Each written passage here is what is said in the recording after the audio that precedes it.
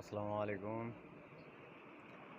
ভাই। আমার মতে মনে হয় কি, এই টাইলস লাগানোর আগে, বিল্ডিংয়ের ভিতরে টাইলস লাগানোর আগে সবসময় বাথরুমে, বারান্দায় অথবা কিচেনে ওয়াটার ভেরি মারাটা বাধ্যতামূলক। কারণ হচ্ছে ওয়াটার ভেরিটা মারলে আপনার বিল্ডিংয়ের 98% ড্যামেজ থেকে মুক্তি পাওয়া যায়। শতকরা 98% ড্যামেজ থেকে মুক্তি পাওয়া যায়।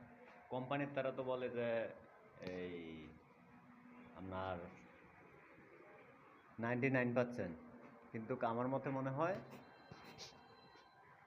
98%, 2% কম দিতেছে। কি রে, আপনার ড্যামেজ থেকে অনেকটা সুরক্ষিত, পানিটা লিক করে না, যার কারণে এটা বাধ্যতামূলক আমি মনে করি।